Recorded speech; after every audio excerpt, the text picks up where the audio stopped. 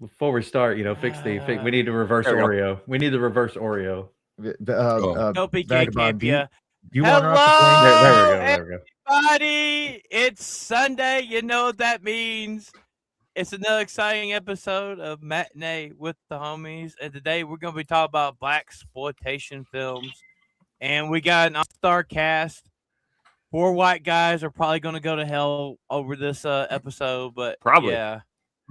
Pimpia, how's it going, brother? I just said it too. We got the reverse Oreo going on both sides here. We're doing good. Thank you, Phantom, for starting us up. We are today doing blaxploitation shows, movies and shows for our 19th episode. Of course, we, 4 token white guys couldn't do this alone, so we got our friends here from the homies to help us out, and they're going to give us their perspective on it. We needed the representation. Only one could give the impasse, and that's Kreese. That's right, player. You already know. That's why I'm just to get my money. Really? What the fuck, Vagabond? Oh Lord, look at this. Look at this fool right here. Campia, you gotta do the disclaimer on Vagabond. You got to. Oh Lord, look at this For man. the homies do not condone nor endorse the backgrounds of the runaway vagabond. Look at this fool. This fool is trying to pick cotton on this damn show. I mean, it's the ultimate exploitation of black folks. Hey, The truest form of blaxploitation. hey, he's picking cod. We're picking. I want to apologize now because I think this show is probably gonna get racist as hell at some point. Oh, absolutely. This show's getting nuked up before we even set on it. We're gonna 5 get 5 minutes minutes in, in. It's gonna be YouTube's gonna say like, nope, not gonna happen. Yeah, we're gonna have to cut this. Nah, none of that. No. But like I said, we're doing blaxploitation. What the hell, camera? Hey, at least he has pants on. At least he has pants on. I have pants and. Well, the camera was trying to find the blackest thing on you. You better Of course it is. That'd be about right. I'm okay. It's going waist down. I should cut it off for a second, but yeah, we're doing blaxploitation. So I'll go ahead and we'll go around to the tables. So, Atomic, how you doing today? Yes. No kidding. I'm doing good. I'm happy to be here. I know we're gonna have some fun. We're gonna make a lot of fucking jokes. That's a given. And we got a good movie we're talking about, which is honestly fun as shit. Straight and to the point.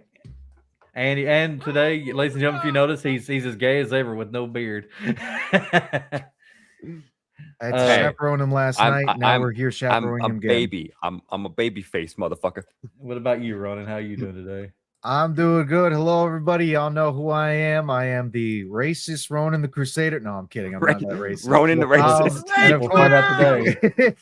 of course, We'll right find next out to me, today. I got my good brother Kreese as well, who's joining us for the stream, and the good boy who knows who plays the vagabond. Okay, all right, that's the Did he last just say the iteration good boy? for me. Did he just say the good boys? Oh, Anyway, I'd like to welcome yo. our guests as well as members of For the Homies. We'll start with you, Vagabond. Yes, I'm your everyone's favorite uncle, Uncle Tom. There it is.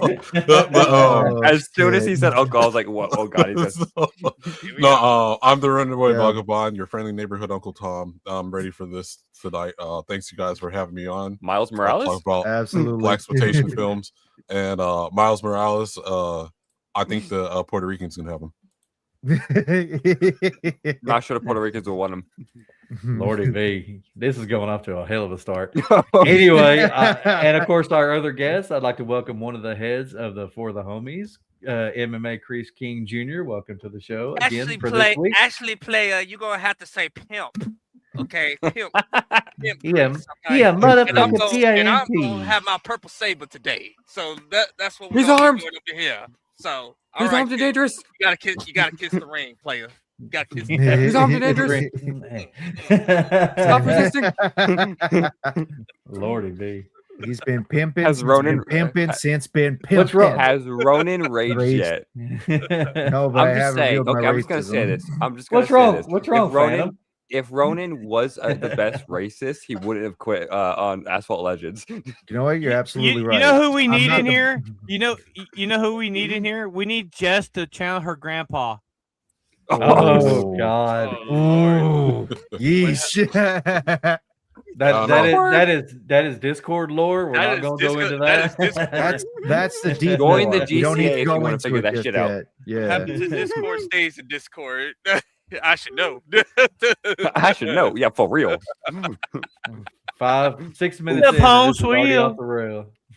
Hey, we made it past the 5-minute mark, so Yeah, there you go. That's right, Dude, this player. went off the rails when we decided we were going to do this fucking episode. It was already off the fucking rails. True. oh, absolutely. That's kind of the point. It's So the ring, okay. off the whatever you say, Pootie Tang Crease. You already know, player. You already know. Make sure you have them white women at the end of this. Where the white swing women at? That's what I was about to do. The And they better have his money too. better you have that. better have my money. money through rain, sleet, and snow. That hoe better All right, have my cash. Let's get this. All right, let's get this shit started. So, We're Campy, going what's to up the first? first. Well, so we're going first question and first comments. Defining blaxploitation in y'all's eyes. What is the difference between these films now, like from 71 to maybe 72, 71, 72 to 76? That's when the blaxploitation went off everywhere. What do you think of those films compared to what they were done beforehand in like the race films and what like Sidney Poitier had done and stuff like that? Well, so when it comes to the blaxploitation films, you got the typical stereotypes for black people. They're either drug dealers, they're robbers, they're pimps. Prostitutes were mostly black women. You had where they coined the phrase that I'm going to go out and get a gallon of milk and cigarettes came from these movies. Black fathers leaving the home and like leaving. That's where that came from. One of the So- other Black? things too is they also portrayed a lot of black characters as the militant types, especially like Black Panthers. Like you see that, especially in Black Oh, yeah. Dynamite. That's more of a of a play on it, but Yeah. sometimes they would portray the characters as such, like or Pan African extremists too. Like that's the term that they use now. is And now, Pan-African. and now in like early 2000, they would just freaking almost every black person was a gangbanger or some kind. Yeah. That's true. Well, I mean, you're right, and it started with Sweetback's Badass Song, which was written, directed, edited, all that stuff by Marvin Van Peebles, which for the younger generation, if you've seen Mario Van Peebles, the actor, it's his father who started this.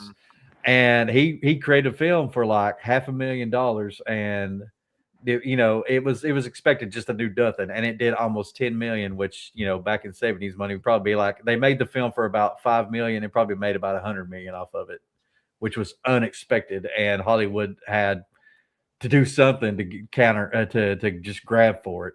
We love our black folks. That's what Hollywood was saying.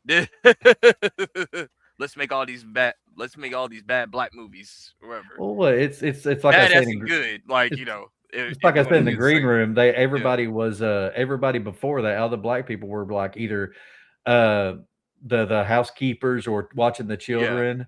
And it wasn't until Sidney Poitier, like I said earlier, he basically gave you the white equivalent of the black person that people wanted to see. He really didn't make any problems. He tried to help the white people. He didn't ever have any love interest in his movies before the 70s. And so it was like he was just a good friend to have. Yeah. So on that, I will say, like, you have to understand at the time or whatever, Sidney had to get in where he fit in or whatever. But overall in black cinema, he is like the standard or whatever. Like almost every black actor will say Sidney Poitier was their guide that they had to look at and want to emulate or whatever on how Denzel to be did.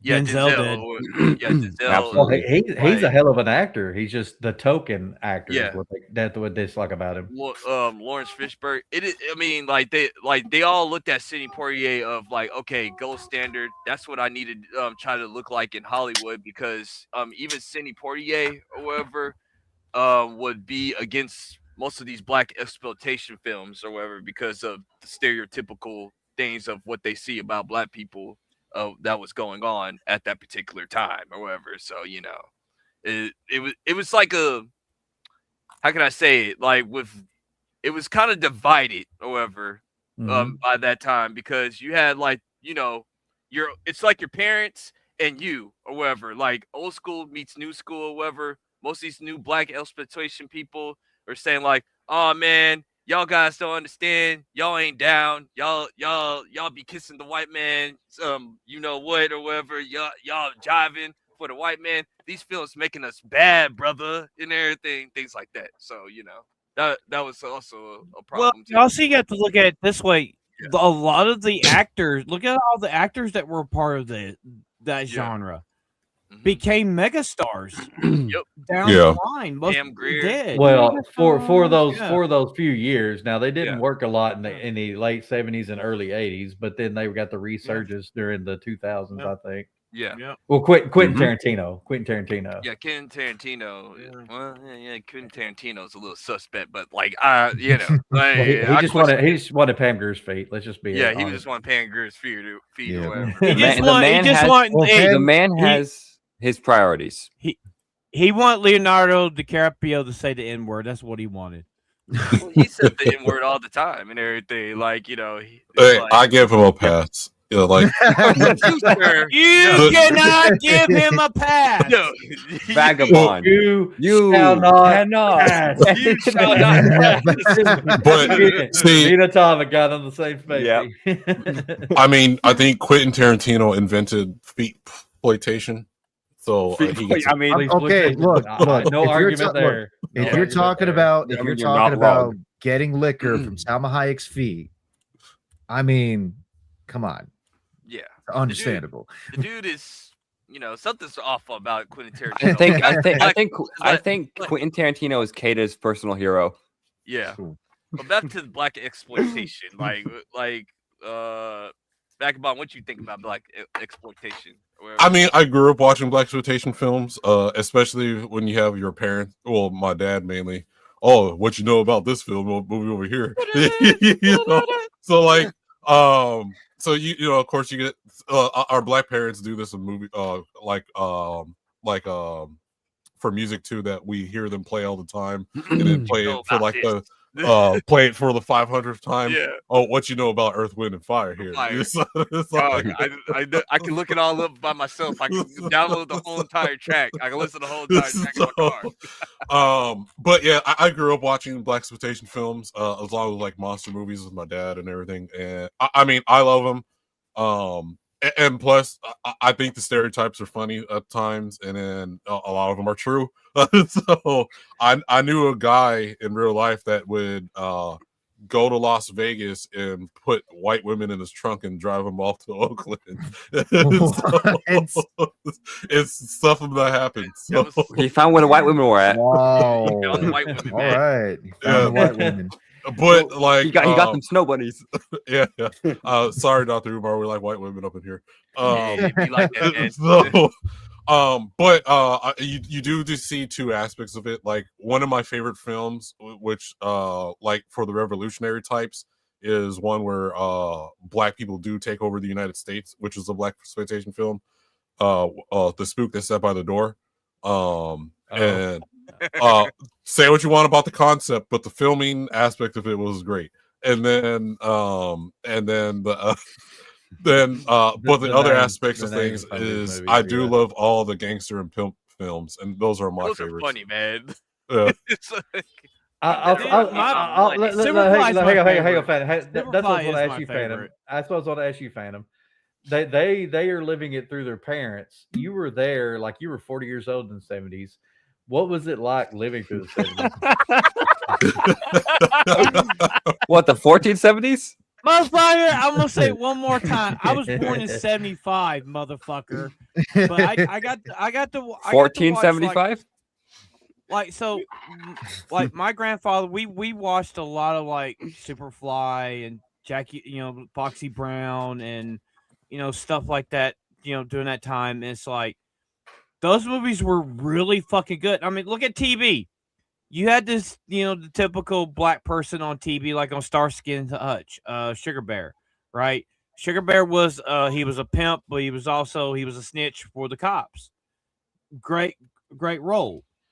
And the thing with a lot of those movies, like when it transitioned from blaxploitation to cinema, you still had the aspects of the stereotypes from blaxploitation that they still use in movies today. Yeah. Boys in the Hood, there's still the gangster stuff. TV shows, most of the black people are what? Either drug dealers, gangsters, or pimps. I do want to add to that too. Well, you go ahead. Yeah, go ahead. Finish. Go ahead. Oh, well, I think what the cool thing about blaxploitation films, whether you're against them or for them, is before that, like all the movies that had black folks were always either in a subservient or we did a slave movie. And I besides Django, I hate slave movies. I don't want to keep talking about it every fucking day. That's reasonable. I think most people hate slave movies. I honestly don't know who they're for. I was gonna say, like most black folks, like if you ask almost every black person in America, yo man, how you feel about 12 Years a Slave? Man, I hate that movie. Exactly. Like, well, the thing is, when they did the slavery movies, like they've done, like Roots is a prime example of blaxploitation, 100%. Right? Fiction. I can't remember what year. I can't remember what. It was all fake. The whole storyline was made up in that dude's head. It never happened to his family and stuff. And he made millions off of that fucking movie. He made millions off of that, and he made millions off for his second book, Queenie, right?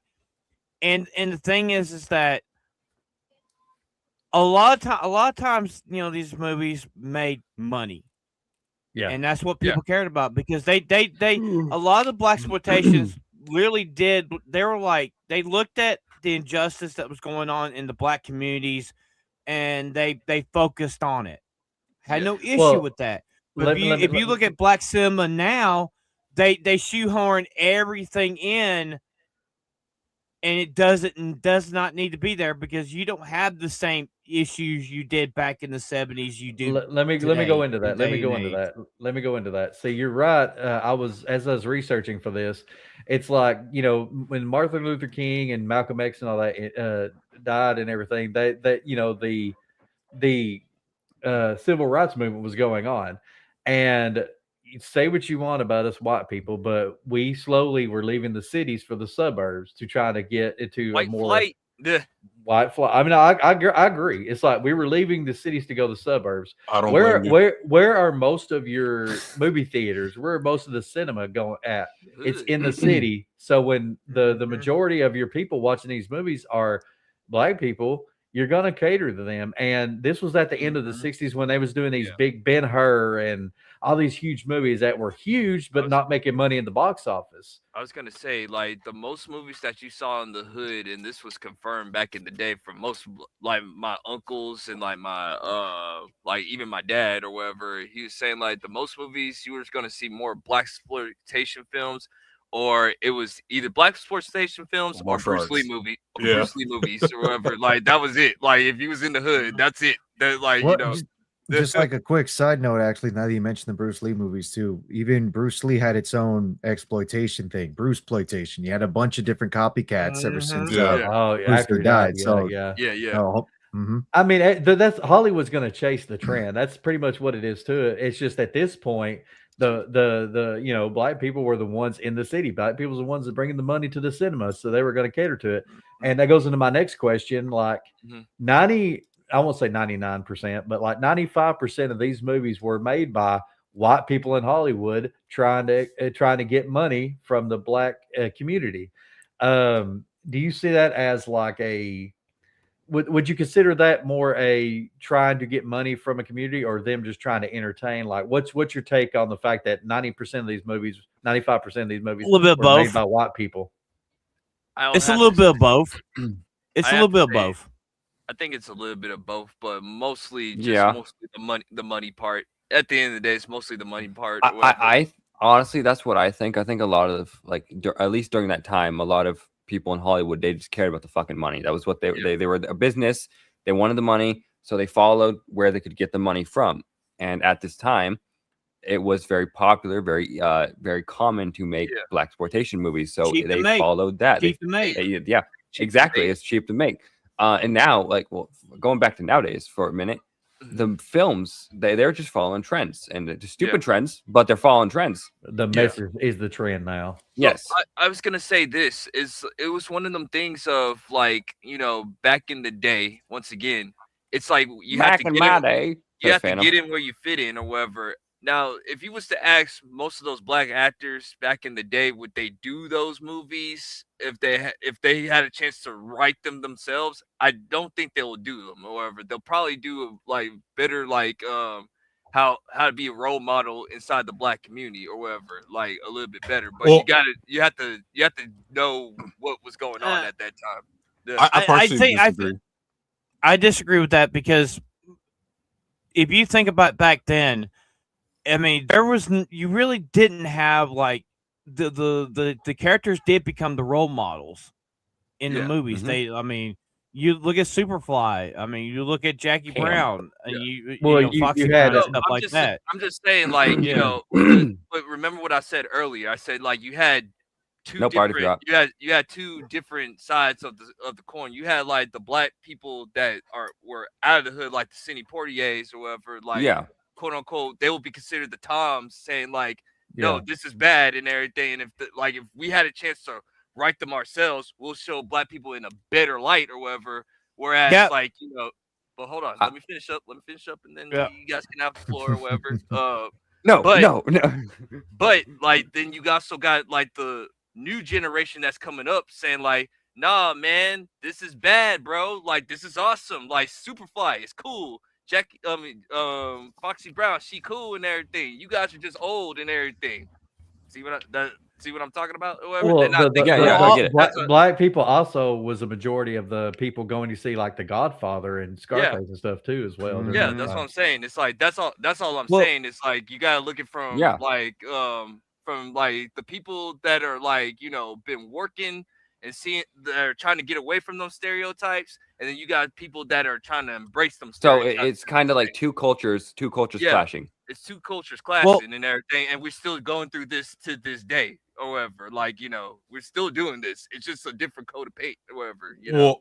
Well, also you also had to look at it this way. You had actors that were like, they were scared because the blaxploitation films were doing better than the shit that they were in.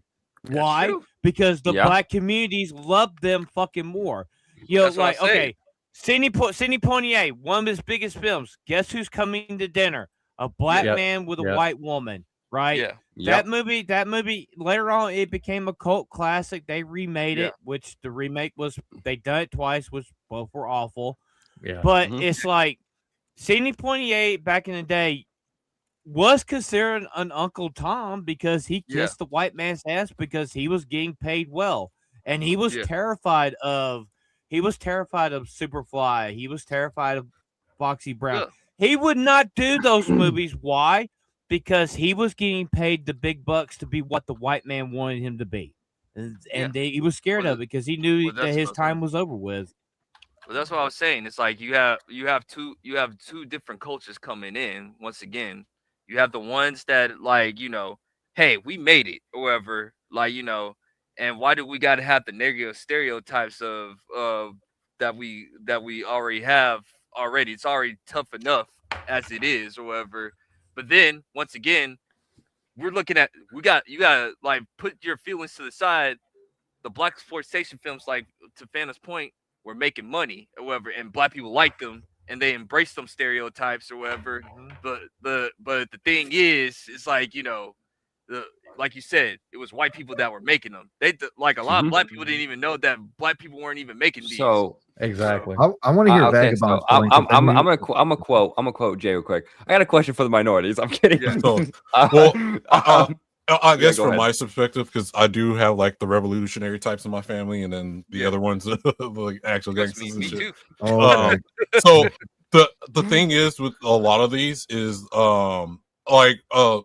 to contrary, I think the reason why they also do very good is one, there's a lot of even though they do play on stereotypes, there was a lot of variety to where like, because you got like they were the heroes, but they weren't like the goody two-shoe heroes like Shaft or something like that, right? Where they still have their vices or whatever, and like the same thing, like a lot of us like westerns is because a lot of the heroes in the westerns aren't like super perfect to the book of everything. They make up their own rules. They're not moral arbiters. They're not moral arbiters. The anti-hero types, basically. Yeah, the anti-heroes. Exactly.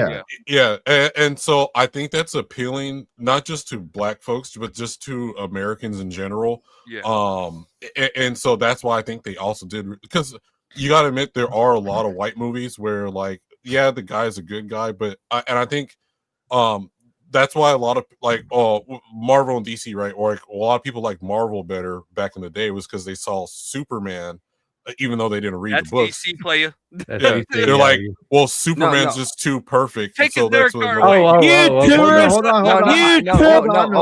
I know his point. I know his point. I know what he's I'm not saying me. I'm just saying like a lot of people wanted like, or they'll say they like Batman better because Superman's just super perfect, and so that's why they gravitated to Batman. And I think that's why these movies he was did dressed well. in black. Yeah.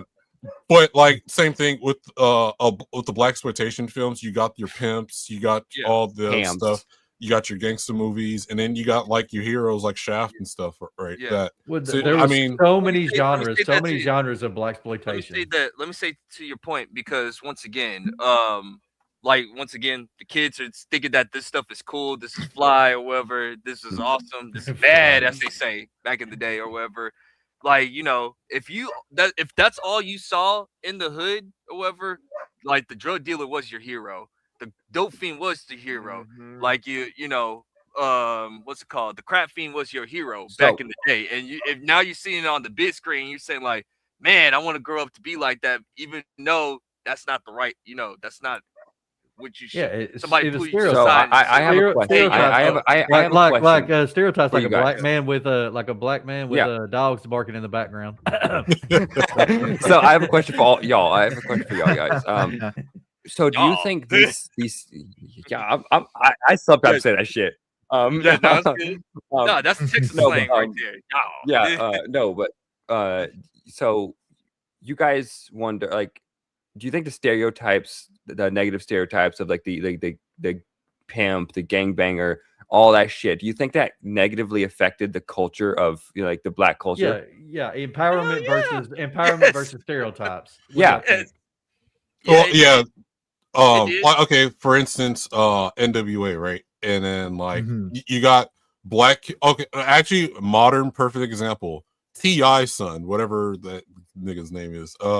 King. I know who you're talking about. That's King. First word of the show. He said the word. So, okay, if you've seen T.I.'s son, like literally born with a silver spoon in his mouth, the parents cater to him. Who else's son is acting like fucking crazy and stuff or whatever, right? Drake. I'll put Drake in this category too. Yeah, Colin Kaepernick, Drake. We know Drake's mother was an opera singer, and Drake's father was like a famous piano player. Drake is mixed. He don't count. Like no, he's at Kaepernick is mixed. Both of those guys are mixed. You gotta pick somebody else. Like I don't count them. Like fair enough. Okay, King, right? So mom's black, dad's black, both made out of the hood. Yeah. Guy goes to all these super high end schools and everything, and he thinks he's tough and tries to act like what he imagines a gangster would be, whatever, right? Pick up a gun. Yeah. So like that's a modern example of what these kind of films and stuff have done to people. I mean, like back in my day with like NWA or whatever like that. Yeah. back in my Well, that's day. just the thing. It's like Back in my day. just being a like if you're just a black kid in the suburbs or whatever, like it is so funny, man. I used to see this all the time or whatever. Like you had black kids that had 2-parent households. The dad came back with the milk or whatever, like stable households or whatever, and they are acting a plump fool trying to act gangster. Yeah, I could never understand I'm it. a thug. I'm a thug. I didn't It have. Yeah, it was Okay, weird. It was okay. weird. Well, if Yeah. you look at like one of the TV shows that broke the stereotype of the black family has to be Family Matters. One Yeah. one of the first like real like TV shows. I mean, you had Good Times in the 70s. I was but gonna say Good Times. Even Okay. and Good Times had more stereotypes than They any did, other but they had a modern. father and a mother. Well, They had I a would father argue and a I would before mother. also- Family Matters, the Cosby Show. Say what you want about Bill Cosby. Cosby Show. Cosby Show, okay, yeah. I think it was a great family show. And one of the other shows that helped kind of break that mold as well too was Fresh Prince of Bel-Air. Prince of Bel-Air. That's another good one. that Yeah, really kept breaking the- exactly. Hell, So- it twisted the whole thing around where the black families in the rich white, upper class Yeah. neighborhood acting like, Mhm. a rich white upper class family. Then Will I Smith was comes gonna in. say, they adds a treat little them like bit- regular characters. That's what I'm saying. Right. Like, Mhm. with Good Times, like I said that was just a hood perspective of the black community, and a lot of black people could relate with them and everything. Then you Right. go up a Jeffersons, couple. too. The Jeffersons. You got the Jeffersons or Mhm. whatever, but I'm gonna skip a little bit or whatever. Cosby Show. It showed you like a stable, just normal, black family. normal, stable black family.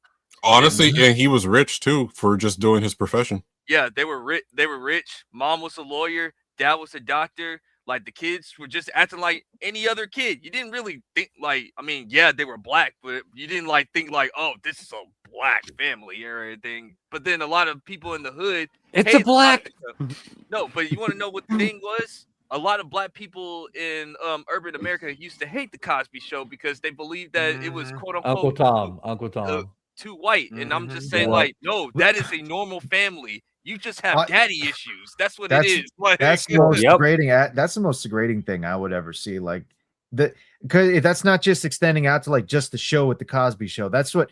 And you have to forgive me for talking like talking as I am. I know I'm not black, but I'm just seeing it from my own perspective. A lot of the urban black folks, as you say, Kreese, Whoa, like whoa, they either whoa. see this kind of I'm stuff black. or they like experience it. Then they see other black folks try and live a little bit more of a successful life. The next thing you I'm know, not racist. what are My they hat's doing? They're black. dragging them down by saying they act too white. yeah. Like it's a fucking crabs in a bucket mentality with them. What's it called? For instance, there was literally an episode on Fresh Prince of Bel-Air where, like, when Carlton was trying One to of get his- into yeah. trying to get into the fraternity or whatever. Yes, and he yes, had to- Right, he had to- right. he I had to remember check- this one. He had to check the pro black dude. He said, like, whoa, hold on, wait a minute, man. Like, listen, me and you got the same struggle. Just because I grew up in a rich household don't mean like things just turn off or whatever. They don't work that way. or Well, whatever. there was you know, another episode where Will's friend comes from Philly too, and he's like, Yeah. he's like, you are Uncle Tom now. Look at how you act. Look at how you got. Ice Tray, yeah. I stray. Yeah, Yep. yep. That was Don Cheadle when he Was that first Don started Cheadle? I out. think I was fucking Don Cheadle, and they did an episode about that. It's like it Yeah. shows that, Mhm. which I mean, it's just you couldn't win either way. Yeah. I Damned was if you do, watching- damned if you don't. I was watching an interview with Fred Williamson. He played in a bunch of these films. He was Hammer. He was in Three the Hard Way, a bunch of the different exploitation, and he was like, he loved it. He said, I love being on those films. I had 3 rules. I was like, I couldn't lose a fight. I always give him 3 rules. Like I couldn't lose a fight. I couldn't what was it? It's something else, and then I had to get the girl.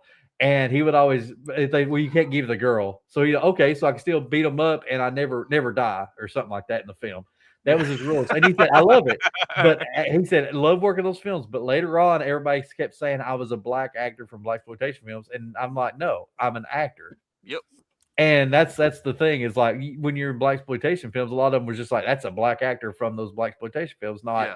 he's an actor, just a Oh, straight that's actor, which some of them Yeah. broke the mold. Pam Grier, Jim Brown. I'd grab my cat, but she's asleep. some others like have broke the mold, but it's like 90% of the time for that 20, 30 years there, it was just like this is black actor from blaxploitation film. Yeah. Mm-hmm. So that was most of the stereotypes that a lot of black actors and black actresses had to go through those times or whatever. Yeah. Still going to it to this day because there's there's a lot of race swaps and stuff like that. Yeah. But once again, it's called you got to get in where you fit in at that time or whatever because you didn't Damn really it, have a Rhonda. choice. You have to get your foot wet. Like they have to lay down the foundation so many of these other black artists that were coming after them can like go and be great. So that's how I see it. Be just Well, I straight mean, actors. That's a Yeah. good point. Well, I mean, that's a good point that you're bringing up. Then is a lot of these actors try to get in where they fit in. They Yeah. come in, they get into these roles with like the blaxploitation films, right? Now they're adopting a lot of these stereotypical roles of either the pimp or the hooker or the gangster, the drug dealer, all that kind of stuff. So the question we got to ask next then is all these kinds of stereotypes that exist in these films and like blaxploitation as in general, I guess you could say. Would you consider it an empowering kind of thing for black audiences, or is it definitely just a demeaning kind of perspective on the black community? You know, Well, what do you guys I mean, think? if you look at like the actors of that time, they became icons. Yeah. They became icons, of cinema. I mean, Pam Grier to this day, they still talk about Pam Grier, Foxy Brown, all her movies she did back then. It's like James Brown, like Jim all Brown. those guys that Jim Brown that did like stuff back then. Iconic characters. Robert Roundtree, Shaft himself, was an iconic. Richard Roundtree, iconic. That he's still up until he died. Did movies, and it was like, I mean, call it what He you did the will. new Shaft movies. I mean, it's like if you go and ask like iconic characters of movies, you're gonna get 9 times out of 10 they're gonna name you some from blaxploitation films because they're iconic characters, and a lot of times when they like. Well, let me go off what you're saying here, Phantom. Yeah, some stereotypes are bad, but there's also stereotypes that are good. Like you brought up Pam Grier. The blaxploitation gave actually the beginning of women being strong and fighters and everything, like not like they are today, not Mary Sue's like they are today, but like the action woman was thanks to exploitation. What do y'all think on that? Like the fact that it was a good stereotype for women in action movies. That's where the problems began. No, I'm kidding. It was a black man's fault. No, but I'll let Vagabond go first. Well, honestly, so I think I think there were good things about the blaxploitation films as well. Because one, I think it's more empowering not to be in a slave movie. So that's for if you ask most Black Americans, hey, do you like 12 Years a Slave? No, of course not. You don't. Like, but at the same time, you did get movies. Like one, you get parodies of actual white movies. So you got like Blackula and stuff like that. Or you start seeing black folks in leading roles and being the hero at times, as opposed to being a background secondary character. So like Shaft and stuff like that is like, say what you will about Shaft, but like, he's the leading role and a bad motherfucker. And he's like, and so at the same time, you kind of want to be like, oh yeah, I'm gonna be the bad motherfucker around the hood or whatever, right? Same thing with the sisters, right? Like you see that like it is somewhat of an empowerment. Yeah, there's stereotypes, but there's stereotypes. Even with white folks, they use the stereotypes amongst themselves. I don't think it's that much of a bad thing. Yeah, you can keep playing negative stereotypes, but I think at the time, when it first came around, it was better than what was the previous. So I see it as a positive.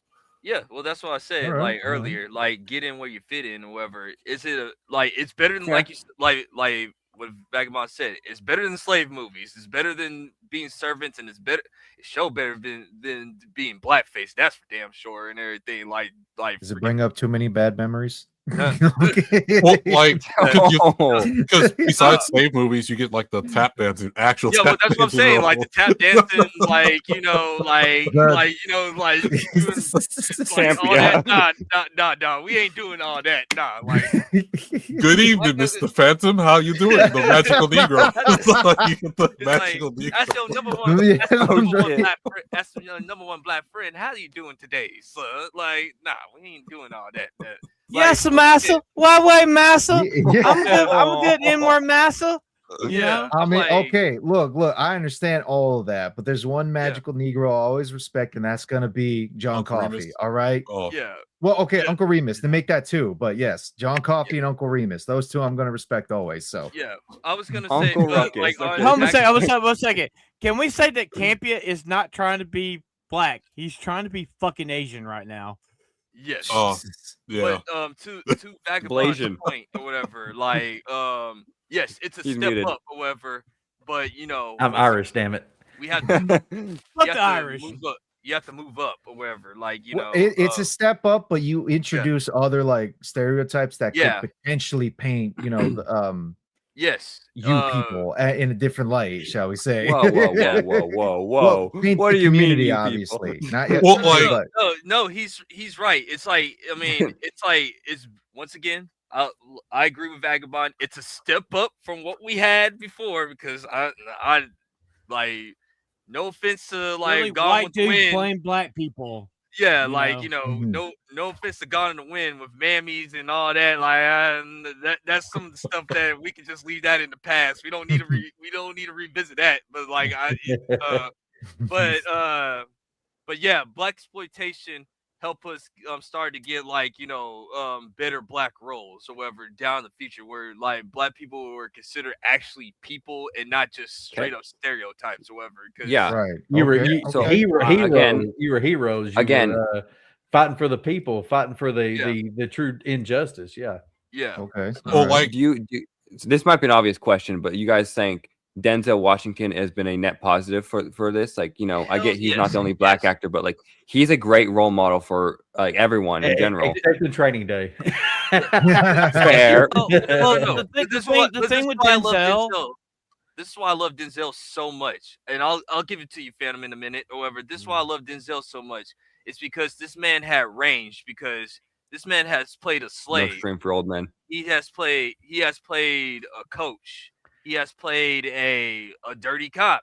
He's played the hero and everything. Like, Denzel has done everything that you could think of, and like all I gotta say is I salute him and everything. Like, because he did everything. However, you can't He's never fought Godzilla. You can't put Denzel in a box. That's what I'm trying to say. Like, That's exactly it. You can't put him in a box.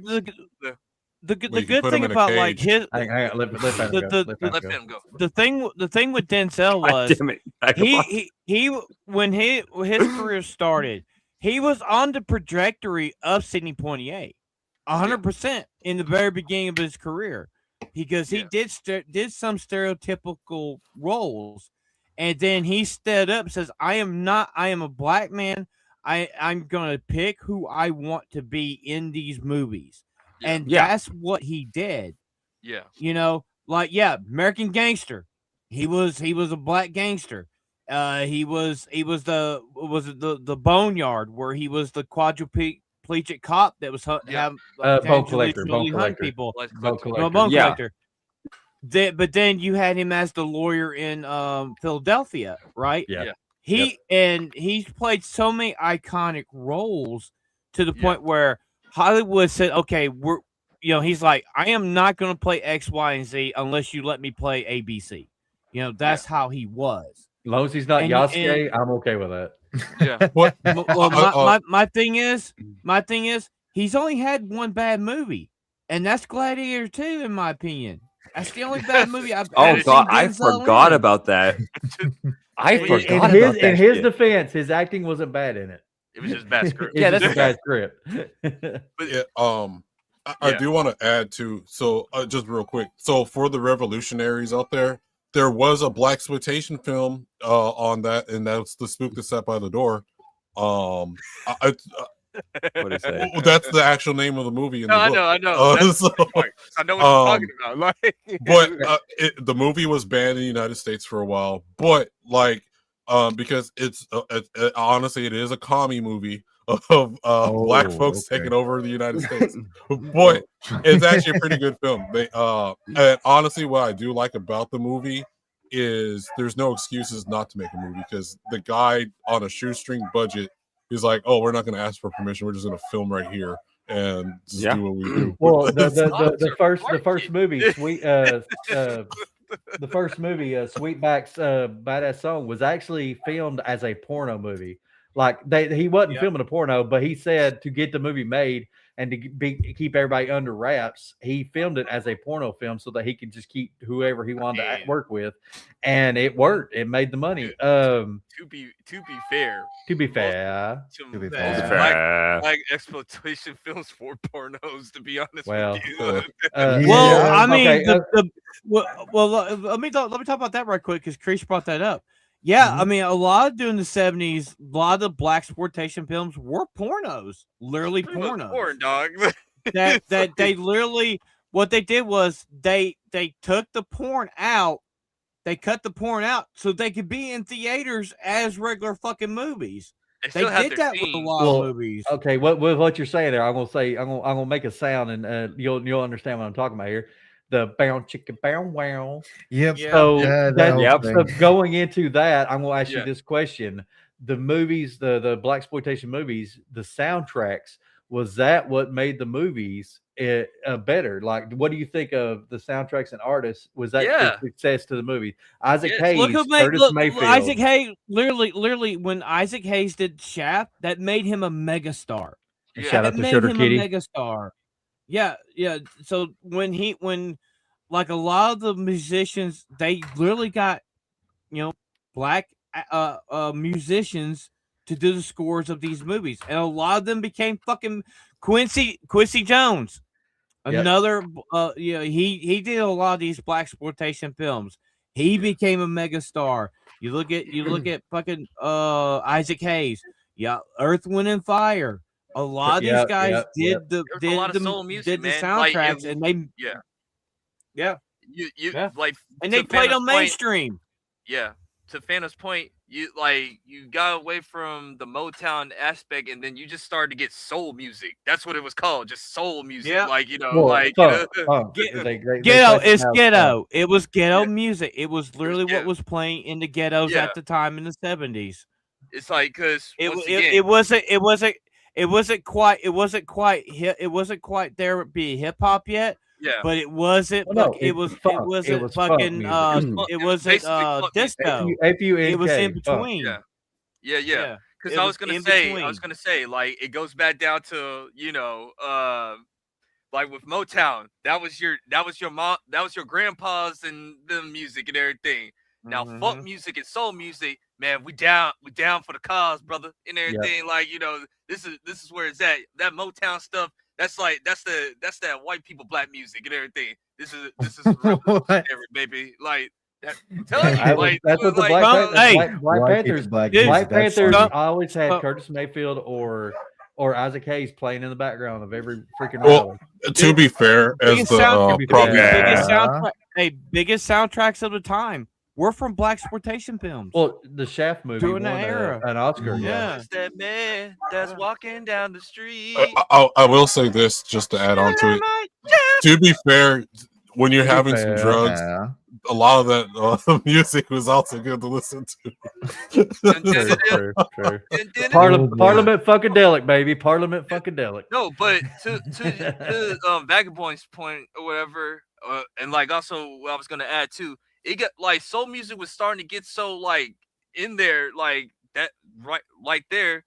Even Motown had to start adopting it just to keep up. That, like, if you started to notice like some of the Temptation songs or whatever, like they started to get into more revolutionary songs more than love songs. Phantom said Quincy. That's how we got Soul Train. Quincy Jones went from Motown to freaking blaxploitation films. Yeah.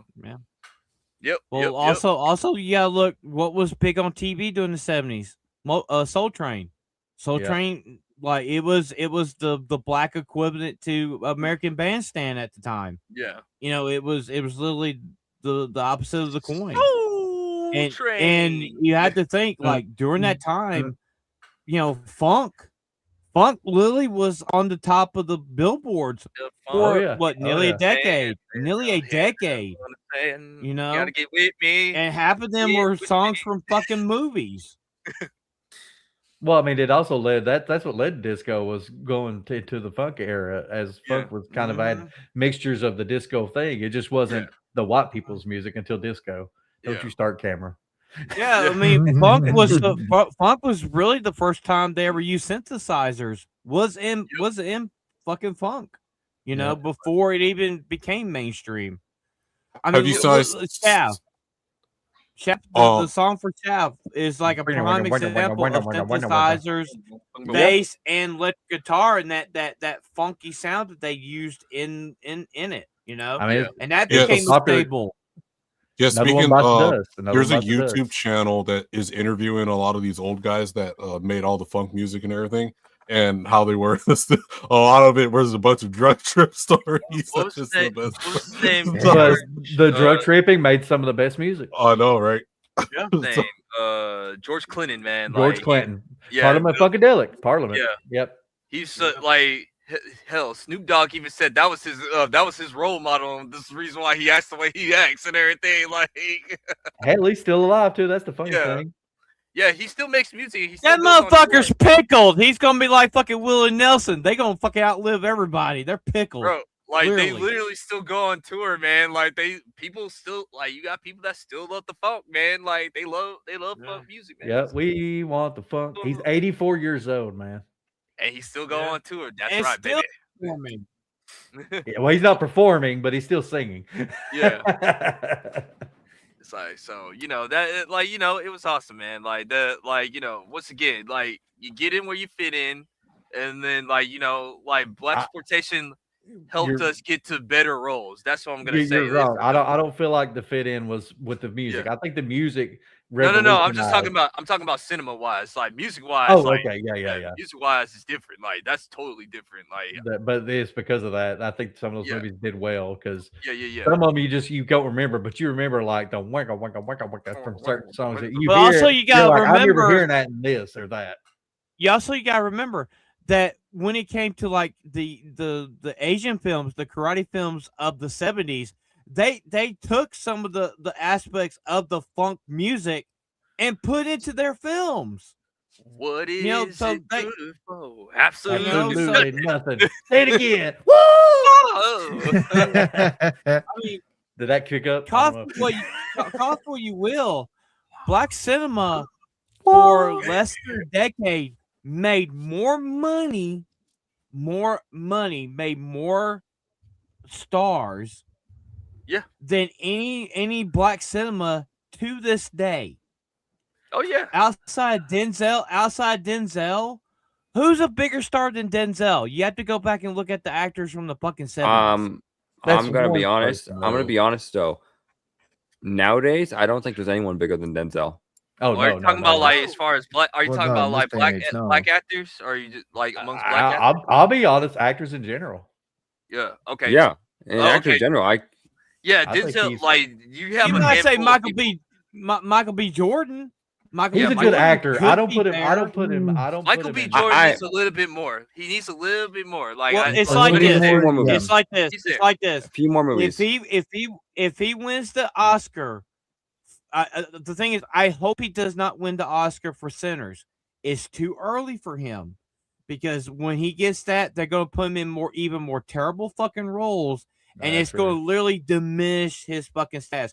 Look at Denzel. Look how long it took Denzel to win a fucking Oscar, right? And he's had bangers after that.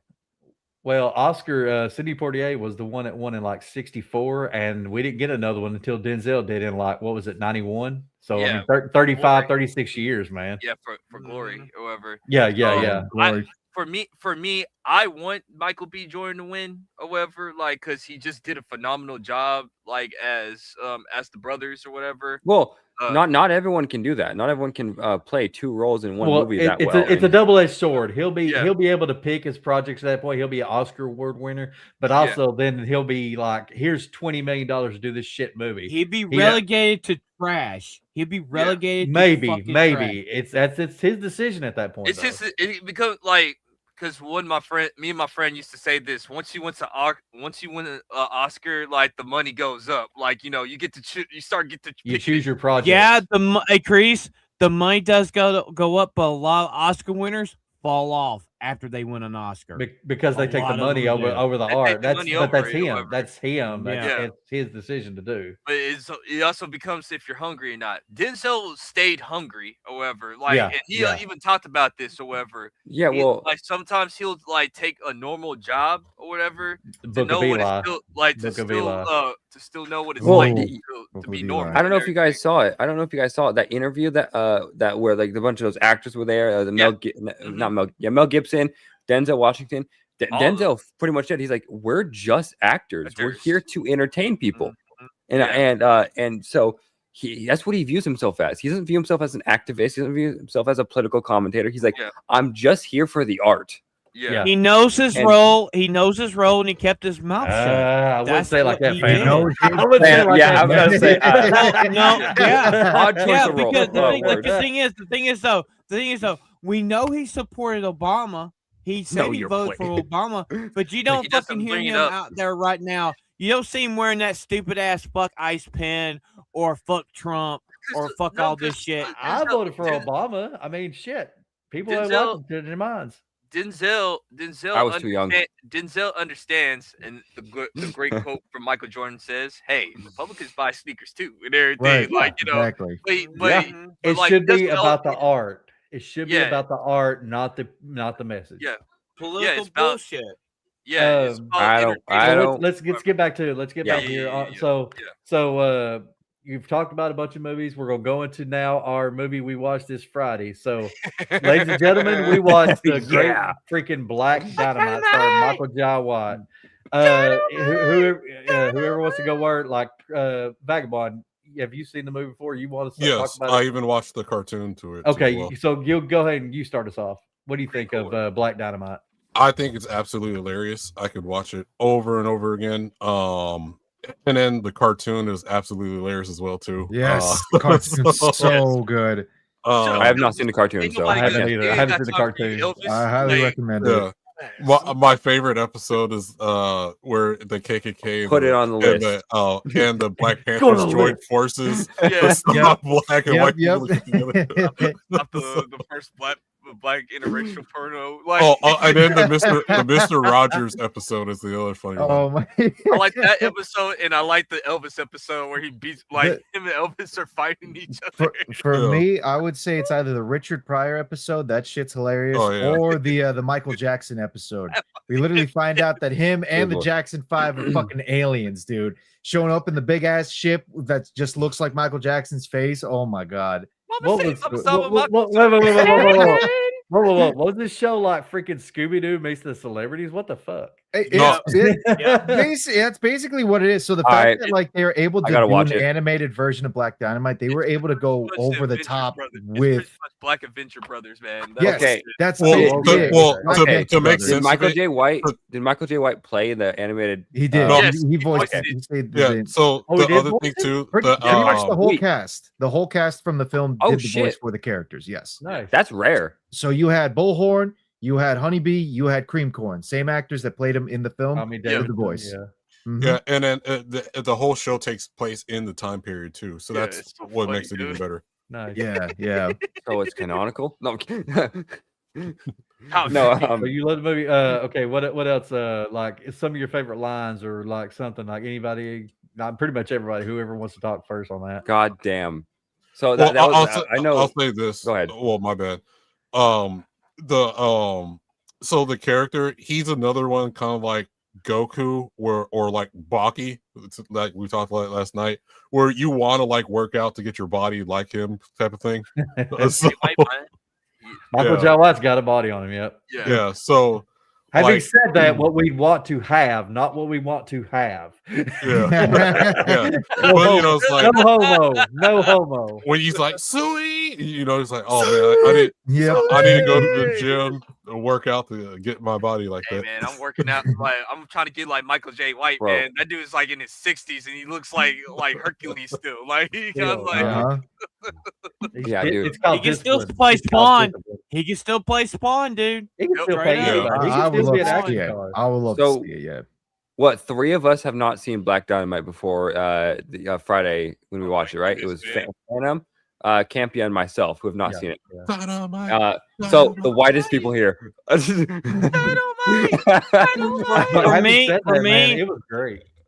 Go It ahead. was great, for me, dude. I think it was funny as hell. Is like when he's going to the White House and he jumps from the helicopter. The helicopter blows up. And he's where he catches on fire. They shoot a rocket at, it and he lands, and he's shooting as he goes down. And he walks in. He's tricky dicky with the fucking nunchucks. I'm like, oh, Bro. my favorite part is when he's talking about him being an orphan. Don't ever call me an That's what orphan. I was Don't gonna ever call me an orphan. Yeah, I Like, fucking hey, love that. But I was at the Getting orphanage. drugged? I was at the orphanage. Not the orphans. Then he throws the kids out the window. Dynamite! Dynamite! Yeah. His little one-liners in between the main acting parts too are great. Just like, Okay. One of fuck my did you say to favorite me? moments. One of my favorite moments is when you see him doing the training. You see him doing the training in his little like dojo area, and he gets a call that his brother's dead. And as it's like supposed to be a tragic moment, he's like, "See you guys tomorrow." See you guys tomorrow. You know That what's got to be my favorite part is like when he's talking with Honeybee again, and like because he brought Glory over to like be protected, and then the one lady shows up and talks, and he's just like, "Shut the fuck up, Dennis! I'm tired of hearing your shit." And I forget what else it was that he said, but he just out of nowhere, he fucking explodes, dude. It's so funny. Stereotypes of black exploitation Yeah. that they were doing. Well, I think the beauty of it too. Every girl he runs into has got a kid by him. Yeah. My dad is named Black Dynamite. He's like, who's your mama? What the fuck you mean? Yeah. Well, it's fairly common. It's a common name. It's a fairly common name. Yeah. Well, the cool thing about it too, since it's a parody on blaxploitation films in general, because the other cool thing about blaxploitation films back in the day is the one-liners or the certain phrases people would have and say. It's So, my duty to please that booty. Yeah, like even if you watch Good Times, right? So JJ, he's like, because I'm kid, dynamite. Yeah. So like the one-liners also was like the good thing about like the blaxploitation films. Yeah. Well, that's a stereotype now. Let's just say it because, like, Fresh Prince of Bel-Air, a lot of his jokes were one-liners. Yeah. Due to those type of movies. You have to stupid, man. But it's in the dubbing. They did the Chinese English dubbing type that was video. good, man. Like that was funny. It threw me off at first because I thought my video was off. The guns got dubbed. That was what's so funny. The guns got dubbed. Yeah, dude. That was great. What I loved about this movie is I know we talked about it on Friday, Campia, is like they had the black exploitation camera. Like they shot it on the actual camera, like the high red gradient. It was the red gradient in the fucking film. High so 35 millimeter. 70s.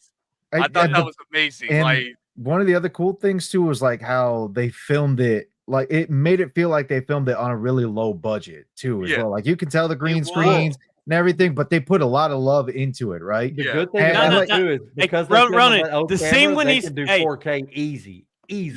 Hey, the scene where he stands up and you see the little boom mic. Yes. Okay, I thought it was just me, but you see the fucking boom mic above him. Yeah, you see a little bit, mic. just the tip of it slowly sticking out and whatnot. So they got to like readjust every fucking time.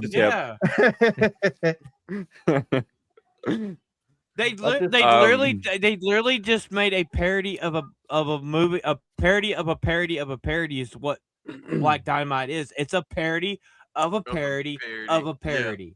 It was so fucking good. He wrote it too. So he wrote it all, man. Like he did. Yeah, him and another guy wrote it again. together, This is just more proof that Michael J. White deserves a lot more recognition. And a lot more fucking recognition. Like between him, yeah, call it for what you will. Go ahead, Grease. I was gonna say between him and Leon, like those are like two of the most underrated black actors, like in like straight up like cinema, like not just black cinema, just cinema. Like like they don't get enough like credit like as they are. Go ahead, Phantom. Well, I don't care what people say. Yeah, the CGI is terrible, but damn, he was a good fucking Spawn. He was a great Spawn. And he was great Spawn. And fucking. Dude, he was made to play Black Dynamite. I mean, I think John Leguizamo you can was see a good where clown. he was nearly breaking. He was nearly breaking at some points. Like he would just a fucking laugh his ass off at the shit he was saying. Shut up, fool! I told you.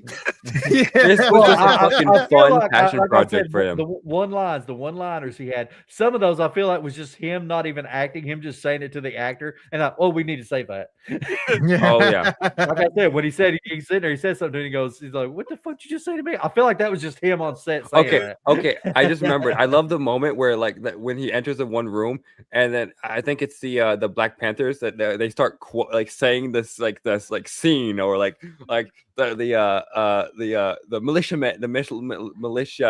men turn around shocked. It's like yes, I know militiaman turned shocked, and then and then some of the actors they got for the pimp scene. You had like freaking Arsenio Hall was there. Arsenio Hall, like Brian McKnight, freaking Oba.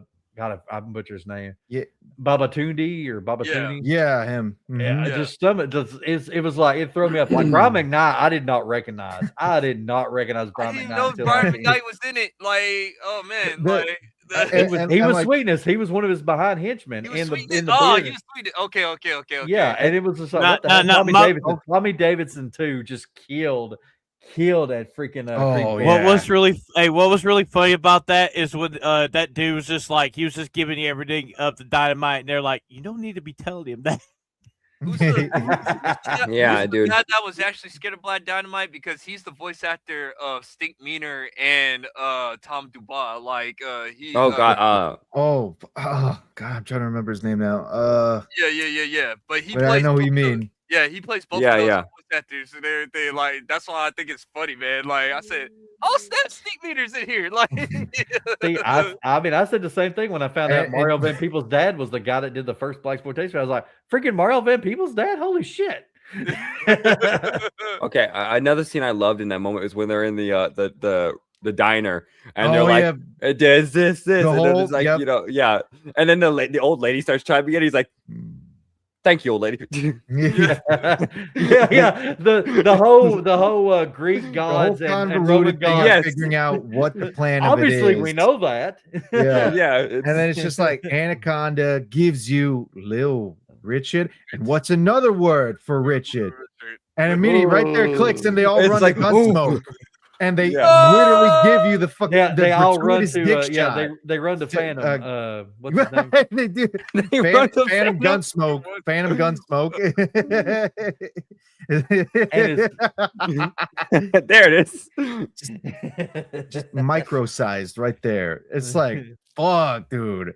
That's what the white man's doing. Like this literally could have been a movie we watched during parody movies, and it was both this and that movie were just like so much fun with the damn. It's okay. So you know something, honestly, from my perspective, because the movie's obviously supposed to be a parody, but I would put it in the same vein as like Hot Fuzz, where it's making fun of like Blaxploitations and being a love letter to it, like basically playing with the tropes again. That's kind of how I would see this movie. Michael J. White has an interview of why this is his greatest film ever. Oh, nice. It's about 4 minutes long with DJ Vlad.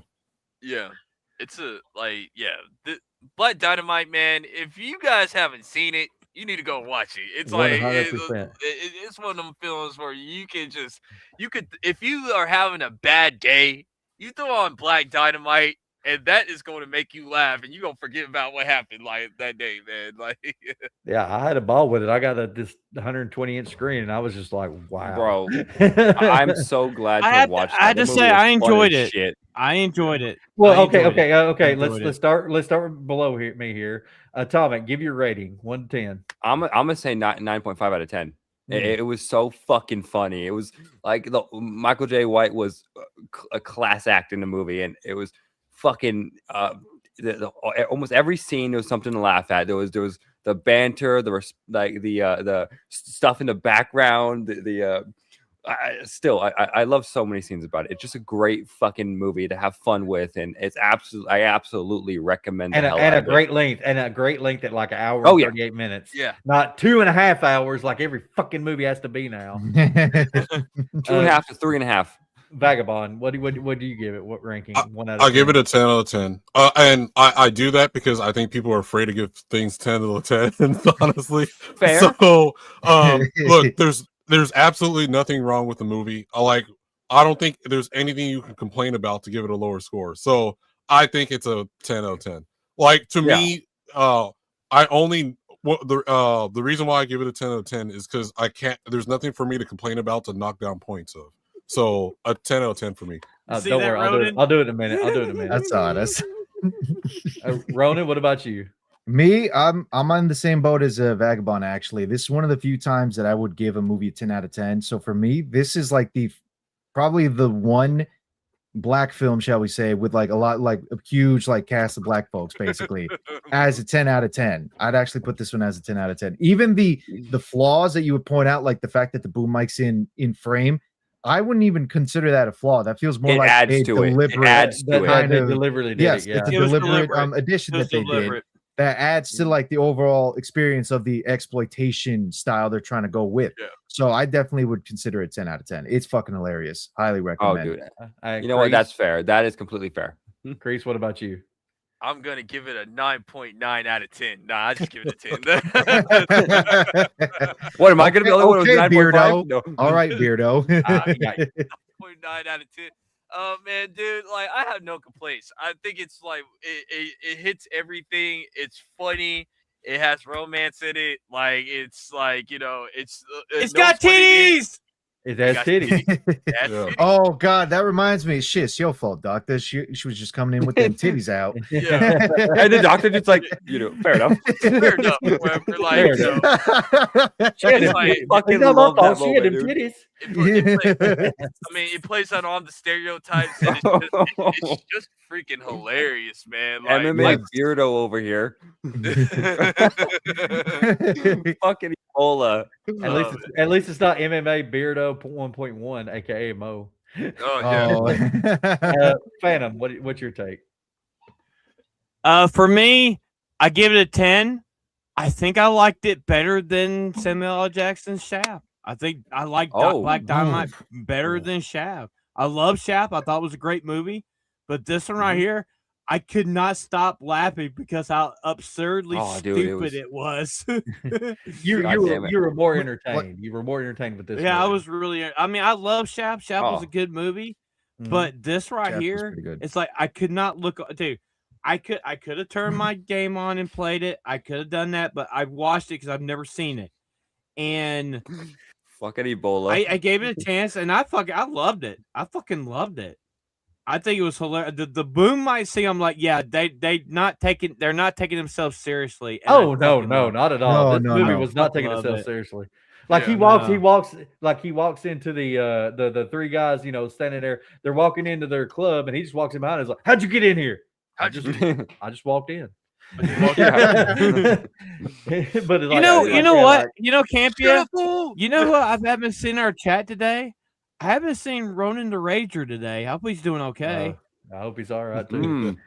Anyway, he's out there for me, don't hate me. I'm gonna give it a 9.7, and not for anything wrong with the movie. There's 9.7 because there's nothing wrong with the movie. I don't give 10s because I hope that there's always going to be something better. That's why I don't give 10. Yeah. But 9.7, and I'll tell you why. I give 9.9 out of 10, baby. Like 9.7. I'll tell you why it's 9.7 for me. I wish, which it's not their fault. I wish we could have got some of the bigger actors in this. I would love to see like a cameo of Lawrence Fishburne, a cameo of Denzel, a cameo. Like if they had willing to do that, they ain't gonna do that. That's was true. That's true. But that's the only thing I can say. Nothing against the movie, but I would love to have seen. I bigger think the cameos. only bigger actors would have considered it was Samuel L. Jackson. Well, I mean, he would be fun. I mean, a lot of the black actors from the 70s were still alive at the time. They could have got some of them to come in. Well, Jim Brown. I mean, they could have fucking Surprised they didn't ask Pam Grier to come through. Yeah, Pam. They could have got her. But she's good friends with him. She could have been the mom of Honeybee. Yeah. But that okay. So that's our list for that. We're gonna go into the list of the top 50. This is again, I have to say this every week. This is a user-made list. However, I've got it set where it's going to be You've got it set release order. Well, I told you to, as our producer put it in line. So these are the movies, and they're coming in what year they came out in order. So I always thought that. Order. Yeah, so Cotton Comes to Harlem was not one I even ever heard of. So if you've heard of that, okay. The first one, like I said, was Sweetback's Badass Song. That one right there is Mario Van Peebles' dad. That was considered the first blaxploitation film. And like I said, $500,000 it was take to film it, made over $10 million. And nice. in that time period. And it was just like it's a trip because it's like it gives you the pimp, the drugs and everything kind of take. There are grape scenes in it that's kind of hard to watch, but in that time that was surprising, and it was actually something that was relevant to the time. Yeah, keep going. Shaft, of course. 71. That was the Hollywood's main. You need me to say it for you? Also, I'll say it. We don't have, if nobody's seen it, we don't have to say the name. Yeah, we don't have to. We can just the legendary. It's up to you if you want to say it, Kreese. I'm not saying it. The legendary Space 1999 movie. I used to work at a reggae shop that was named after Cool Breeze. Oh no! Reggae shop, Cool Breeze. Blackula. Yeah, I love Blackula. We didn't even talk about that. The fact that the black take of vampire movies. Well, here's also why I like, if you were seeing the Grim Adventures of Billy and Mandy. Yeah. So they had that version of Dracula. Dracula in that one, voiced by Phil Lamar, and oh my god, it's so fucking hilarious. He has been summoned. There's one in the Rager. Son of a bitch. Superfly. So oh, absolutely. Good. Well, it got remade too, and that's just weird to have a 2018. I don't even watch that one. I watched this one. Like that's. I didn't like the remake for Shaft either. Like I thought the remake of Shaft sucked. You didn't like the Samuel L. Really? Jackson one? You didn't like that one? No, I didn't like it. Wow. Wow. We watched that last week. We watched that one last week. It was good. Hammer, right there, Hammers, Fred Williamson. You might not recognize the name, but you see the face there. You should recognize the face because he was in so many different movies. Yeah. Trouble Man. Never heard of Trouble Man. Hadn't heard of Cross 100 Streets. Black Gun. I don't remember that one, but I love Jim Brown, and that's one that's I think is criminally underrated. Is what they keep saying about it. Trick Baby. But you'll see some of the names that match too. Like there's Pam Grier, Black Mama, White Mama. came out the same year as Black Caesar is really good. Black Caesar is good. Yeah. That was a good one. Yeah, Black Caesar. I love the Mac. The Mac. Black Caesar, Fred Williamson. Now you know who I'm talking about when I say Fred Williamson. Yeah, but like the premise of that one is he works for the mob, and then he starts making his own gang afterward. Now the Mac like made like a lot of hip hop artists, like they made like their covers off of that particular the poster. Yeah, that poster straight out RP to Pimp C or whatever. Like he like emulated. Well, Kreese, remember they did an homage. Return of the Mac was because of that movie. Return of the Mac. I didn't even know that. Yep. Yeah, so I'm gonna say Mac Drake. I read that in Samuel L. Jackson's voice. I mean, that's more of a California West Coast thing. Pimp C, like Coffee. See, Coffee, the first. That's a good one. The first Pam Grier movie that got her on the map. Yeah. Yeah, I know a black guy that names himself Preacher Man too. Preacher Man. Shaft in Oh, Africa. Jesus, that preacher one was man. good. That was pretty good. I haven't seen Shaft in Africa. Oh my god, I didn't even know they made that. Yep. Oh, Live and Let. Okay, Live and Let Die. Live and is Let a Die. James- I was going to talk about that. It was a Go ahead, James Pam. Bond Go ahead, film Pam. that was a blaxploitation film. It Mhm. was a blaxploitation film because of the time. So it was. It was Roger plus Moore's his first outing also- as Bond. And his love interest. Love interest was the first black Bond girl, wasn't she? Yep. Wasn't Yasmin the first Yep. one? Yep. Cleopatra Jones. That Cleopatra was Jones, awesome. that's a good one. That came out the same time as Coffee did. Tamara Dobson, she didn't, or Tamara, or I can't forget how they pronounce it, but she doesn't get the love that she should deserve because Cleopatra Jones was freaking great. Blackenstein, the Black Frankenstein, never watched it, but Blackenstein. Like all the Blackie Loves and Blackie, like all those are hilarious. Yep. the only black vampire movie I've seen is the one with Eddie So- Murphy. Yeah, that. Oh yeah, I forgot the guy's code name was Uncle Tom in the Spook That's Out by the Door. Oh It's my a God. good movie. It got unbanned in like 2005 or so. You might not like the concept, but it's well worth the watch. Yeah. Like there's an Awesome. actual riot scene that they filmed without letting people know in the neighborhood. Willie where they were Dynamite, pushing that's a over. good That's not the same. That's not the same Willie- Dynamite though. Willie Dynamite's about a social worker. Like he's trying to help some kids. He's not actually fucking. He's not trying to be a big strong guy. He's just a pimp. Yeah. Uh, But that's why we like it. Yeah, Hell Up in Harlem, that was a good one. I haven't seen that. That's like the it's the sequel to Larry Black Cohen Caesar. directed that. Oh my god! See, that's white people. Larry Yeah, Cohen. Hell Up in Wow. Harlem's the sequel to Black Caesar. white people. Oh, Black Belt Jones. Like I said, Black Jim Brown. Kelly. If you like Jim Kelly from Enter the Dragon, the black guy from Enter the Dragon, he does a good job in Black Belt Jones. Yeah. And of course, And of Foxy Brown as Foxy well. Brown. Brown. Antonio Chuck Fargas, you would know him from I'm Gonna Get You Sucker. He was a fly guy and I'm Gonna Get You Sucker. Yeah. Mm-hmm. TNT Jackson. Why is everybody? What is? Uptown. Well, Saturday you never Night. seen Jackson black people's is- last names or Is the Jackson, Jackson, Williams, and Browns? Is that just the epitome of black people? Yeah. Is that, Well, I mean, because you got guys like Michael Jackson, Jesse Jackson, like Jackson, popular. Steve Jackson. You know, those are popular No, black well, folks in the most community essentially. So now Actually, their hold last on. name. most okay, it's like when you have Mexicans and their last names are all Garcias and stuff like that. Yeah. Well, with Right. black folks, the most common last names is Browns, Williams, and Jackson. Yeah. Right. what's for white people? Smith or something? Smith or Smith, Johnson. Blevins. Yeah, Black Smith, Samson's good. Johnson, dumbass. Like hang on, Three the Hard Way. That's what I was talking about. That is really underrated. People don't Three the watch Hard that nowadays. Way. You had Jim Brown, you had Fred Williamson, you had Jim Kelly, all in it.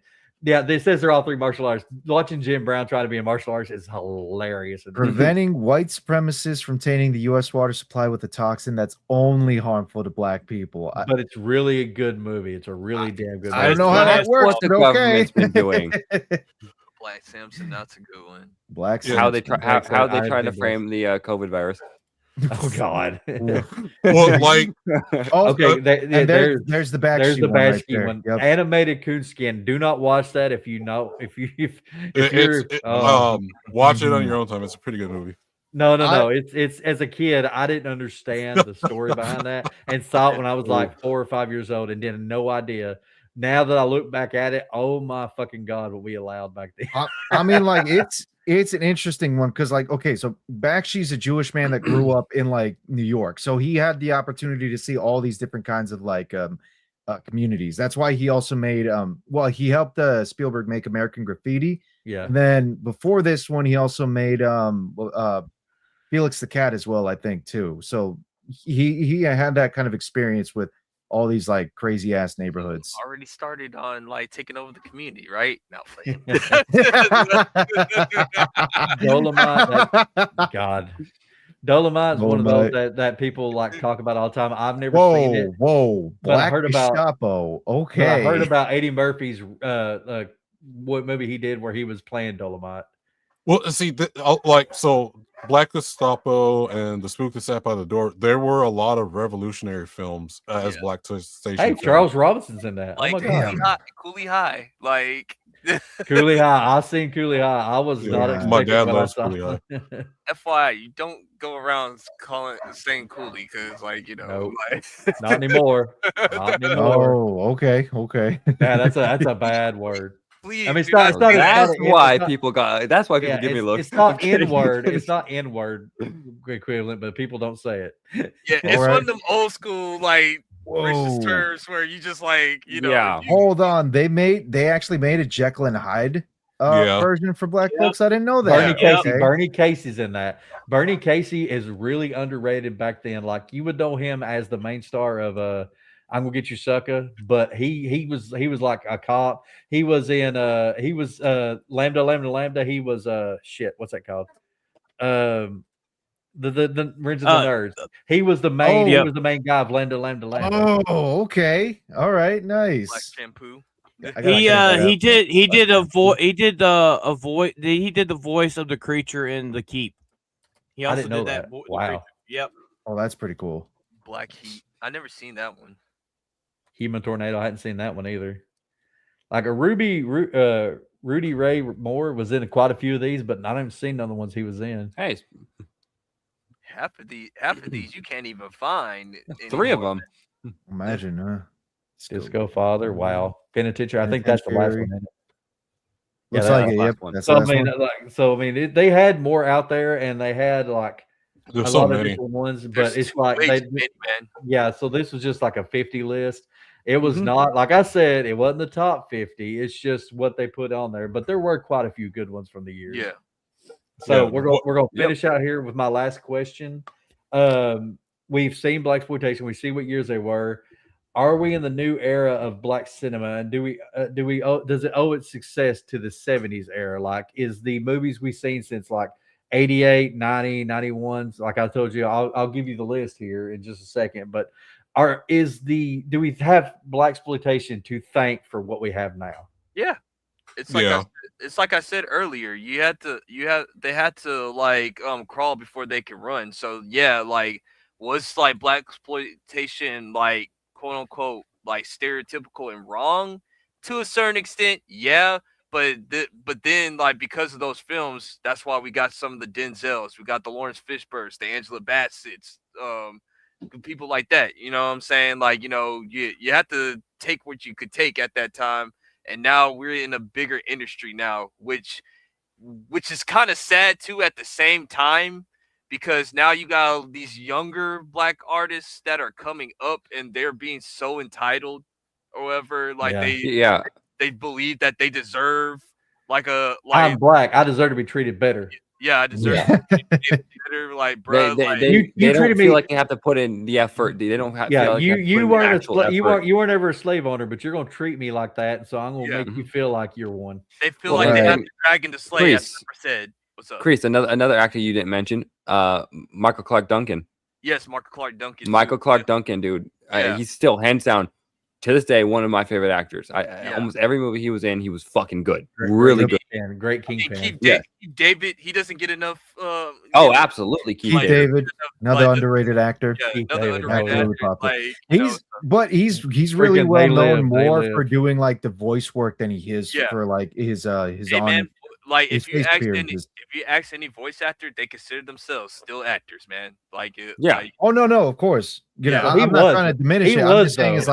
like his Oh, like he was. obviously like he's on screen, but like his voice is what's Yeah. most recognizable Yeah. about him. Him and Phil Lamar too. That's Yeah. another one. Phil Nice. Lamar, yeah. yeah. So yeah, I agree. Like, blaxploitation helped us to where we need to get to, or whatever. Like, there was some ups, there were some downs, but we're better than freaking junking and jiving and being mammies. So that's one thing that I never liked that part or whatever. I But mean, it is I what it is. kind of like the minstrel shows. No, I'm kidding. I'm kidding. I know we put Well, I'll defend this minstrel shows, but that's for another stream. We're leaving. I knew it. Hi, Ronan. No, like I would defend minstrel shows for a little bit, even though some of them were making fun of folks. But another aspect of it was a lot of white folks weren't allowed to hire black actors. So Bring it back, AP. He did. That's one of the, I mean, that's one of the it's- other if you're things going too. based behind off the Thanos. history, yeah, but then like when it gets to the what's his name, the one that did the jazz singer. About that time when it got to like that people saw it like more of as like you're literally trying to be hateful type of Right, I know, right. but like, Yeah, of course. well, one of them that a lot of us like is is I like the singer with the sky or blue. Or the Yeah, air that's or it's blue. Oh, based off yeah. of jazz. That's Put the Yeah. name based back off of out. the jazz The singer. sky of blue or a thing. Yeah, Richard. that's What? based off of the jazz singer or whatever. Well, yeah, Right. Al Josteen, Yeah. he did the live version of it, but he got Cat Calloway to help with that. Yeah. Cap Calloway, I mean. So you're saying it's a good thing then. You appreciate the what went through then to go through now. I don't. Hey, I would defend it to I'm to just extent, asking, so Chris. just I ain't saying it's just. like yeah, there were some that they'll make fun of black folks, but that's for a whole nother stream. We're talking about blaxploitation films. He So. can speak for Yeah, of himself, course, of but I'm course. just gonna say like, nah. Nah, Look, even That ain't Phantom's it. doing what I do. Even Phantom's doing. Like, nah. Ian Bennett's like, like I'm staying out of this one. Like, it's like, no. Like, I should have never brought it up. Should have never brought it up. Well, it's like I said to y'all earlier in the green room, and I'll tell the people here. It's like the modern. We have like Spike Lee. We have blaxploitation take for him. John Singleton. Some of his movies, he loved blaxploitation, and he made similar ones in it. And we got different ones. Like in '88, we got Action Jackson. We got I'm Gonna Get You Sucker, which brought some of those actors from the '70s back and put them in the mainstream. Original Gangster and Don't Be a Menace in '96. yeah. We got, and they got some of the fun ones like Pootie Tang and Undercover Brother 2001 and 2002. Yeah. That I consider more kind of slowly making its way on parody of blaxploitation, but at the same time they were fun. They were both fun movies. And then which Kreese didn't like, but Superfly 2018, Proud Mary 2018. They tried. I'm in the process. I'm actually half an hour into Proud Mary, and I'm giving it a shot just because. And Ronan, you'll probably back me up on this one when you hear this. I heard it's very similar to a female version of the Leon or The Professional. So I want to give it, but every review has said that it's not that great.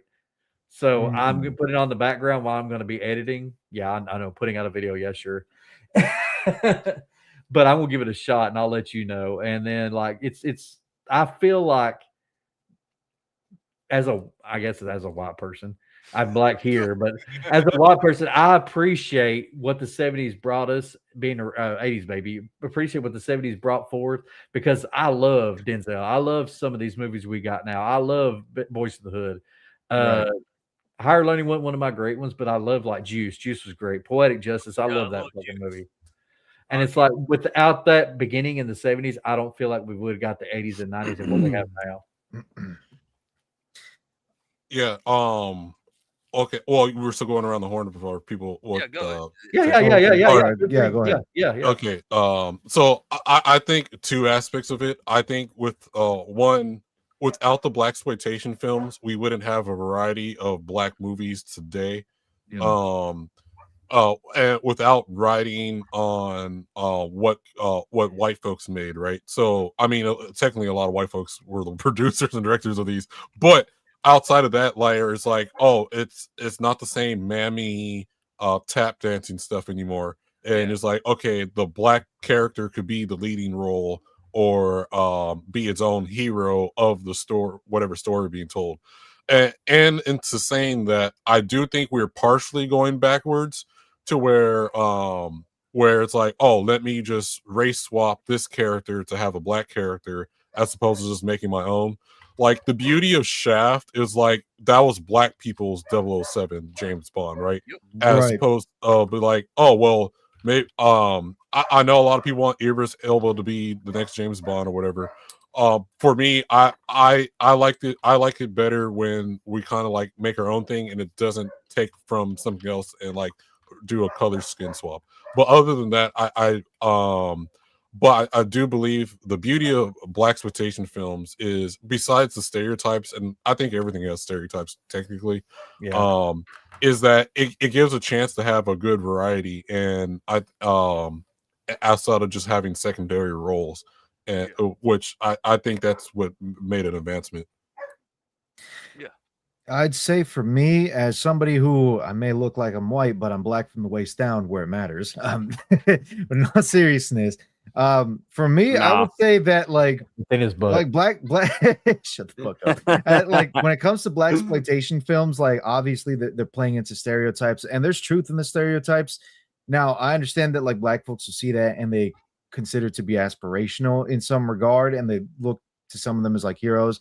Yeah, I want to disagree because sometimes those stereotypes do, I would say, do a little bit more harm to the community than any good. But on the other side of that, yeah, you got your heroes like Shaft, who basically is your black 007. Instead of having a race swap 007, you can keep doing Shaft films, and you got yourself, some undercover hero who basically goes against the system that's treating them all unjustly. And outside of that, you also got a bunch of these other films where it's a lot of folks taking matters into their own hands, like the vigilante anti-hero kind of stuff, which just about everybody likes that kind of storytelling. That doesn't matter what skin color you are, because a lot of us really do appreciate, anti-hero stuff. I mean, that's why the Punisher is a really popular comic book character. That's why superheroes as a whole tend to be popular, because they go above the law. And outside of that, you got the more comedic aspects that come from blaxploitation that give us a whole lot of black comedies nowadays, like Don't Be a Menace, hugely popular because it plays with all the tropes. And then Black Dynamite, which plays with a lot of tropes. And like I said, it also, makes fun of the tropes and plays them straight as well, because it's more or less celebrating the very thing that it's trying to make fun of. So you get a whole lot of variety from all of this. And because of that, you also get these actors showing that they can actually do leading roles. They don't have to be reduced to secondary roles. Now they can do leading roles, because now we got guys like Denzel with all the different films that he has. It's not just films centered around his race. It's just him playing a character and doing a real good job with it. Same thing with Idris Elba, and same thing with like Michael B. Jordan, Danny Glover as well. Like they just slide right into the role, and you don't have to worry so much about race. And that's all because blaxploitation was like the real big one that Robert Downey Jr. as well. Yeah, that's my favorite black actor. Black actor. But yeah, I think blaxploitation films definitely have a place in the history of film. Absolutely does. Okay, does anybody else want to add anything to that? I mean, well, so my far, thing I'm not going to add anything. Well, the thing with modern black cinema, I think you have your good movies, but then you have a lot of movies that are literally hurting, the black cinema space now with the messaging and stuff like that. But yeah. For me, you can't like, those movies are iconic for a reason, and you just can't make movies like that ever again. They can do remakes, and they're just a parody of the original movie at this point. They have to make it more comedic than you have to make it more comedic than anything, and that's pretty much it for me. Do we have anything else, Campia? That should be it. So let's run the outros. I thought Tom. All right, so no, I just said I don't got anything. Oh, okay. All right, so Kreese, what you got going on? So basically, like last night, culture war videos, anime homework in Discord, at 8:30 Eastern, 7:30 Central. We got Left Eye Ego coming on this Thursday, and maybe I'll be on Vagabond stream. I'm not sure. Yeah, like due to like work and everything, it's like depending on my stuff or whatever. But yeah, that's what I got. I swear it's not showing. Vagabond, what you got going on? And you're muted. Oh no, it's my dogs are barking in the background. But yeah, so I'm the Runaway Vagabond. Later on tonight, on my channel will be I Swear It's Not Hentai podcast, and then later this week I will be on Crimson Lost channel, talking about some anime and stuff, and then see me playing games with the homies on gaming with the homies on Saturday. Yep. And also Vagabond downloaded fucking Asphalt Legends because the rumors of the anime girls coming onto the cars. Yeah, I love Natasha cars, so here we go. You guys said there's Hondas in there too, so I'm a Honda You know what? You know what? That's better than nothing. If it gets into the game, you're right. Atomic. Yeah, going on? You can find me on my YouTube channel where I upload Monday through Friday and all that, and you can find me on X. And I'm gonna be making a review of Black Dynamite on Critic List. So oh, nice. You know, for that, that's gonna be a fucking fun one.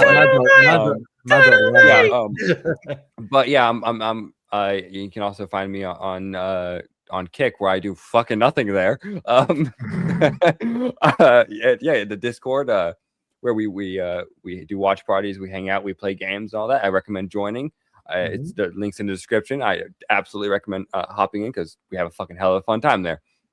And as always, buy the merch. Buy the merch, sucker. That's how you gotta say it. Sucker. Ronan the Rage Quitter. What you got going on, Ronan?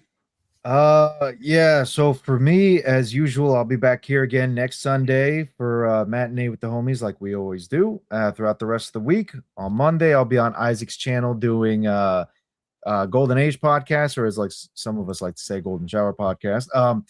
And as usual, on my own channel, I'll also be streaming Claire Obscure Expedition 33 and streaming the OG Fallout. I got a YouTube, as you obviously know, Ronan the Crusader. I got a Kick. No, you don't. And unlike AP here does nothing on his Kick, I do shit on my Kick, Ronan the Crusader. I also have an X, which is Ronan_Crusader7, which is a little different. So there you go. But yeah, you can also find me on the GCA Discord, which I highly recommend you join. You can also find me on the For the Homies Discord, which I even more so recommend that you join, where we do the watch parties for all of our matinee shows every Friday night. So just come hang out, check that out. It's good stuff. Campia, what you got going on? Thank you, player. Well, that I had to at least once. I am M Campy U fan. You can find me on X. You can find me on Critic List. You can find me on making a video for the next 20 years, and it's not going to come out. This Friday, next Sunday is the day after Valentine's Day, so we are doing romance movies with the homies. So romance rom-coms. We're going to come up with. I've got 5. I'm going to put about 5 movies on there. We've not got the movie we're going to watch Friday, but I will let you know after our meeting today what we'll figure out. And we're going to watch a movie, but it'll be a romance movie, might be a rom-com, might be something. We'll figure it out. I'll let these guys vote on it, and we'll put that on there. So next week is for our Valentine's Day show. Friday, again, we'll be watching our movie. We have, let's see, and the following week, the last week of February, we have Black comedies coming up. So we're going to be watching a Black comedy for the last week of February to celebrate this Black History Month. And other than that, you can find me here with the For the Homies, on the Discord. I am the For the Homies Sugar Honey Iced Tea memer, as well as the GCA. And that's about it for me. Back to you, Phantom. So, back to you, Phantom. This Thursday night, Let the Ego is going to be on the Homies. Saturday night, we're going to be playing Among Us with the crew. Back here next Sunday. Keep an eye out. I am going to be working on a video of my opinions on Starfleet Academy, which will be up on the channel probably here either today or tomorrow. He's going to release one for me. Crazy. Yeah. And that's pretty much it. Thank you guys for tuning in, and we'll see you guys Thursday night for the Homies podcast. I'm FatMX. He's MMA-Kreese-King Jr. He's the Dollar Tree Rey Mysterio, MKPU fan. We got Ronda the Rage Quitter, Crusader, and we got the Runaway Degenerate Vagabond, and we got Liquid Atomic Ebola Patriot. We're the homies, and we'll see you guys Thursday night. Like the stream, homies. Like the stream, players. Peace out. Like the stream, players, homies. Like the stream, players. Don't be gay, Phantom. Don't be gay, Phantom. Don't be dead. What's up, home? You know what, Campia? Don't be a faggot, Campia. How about that? Wow.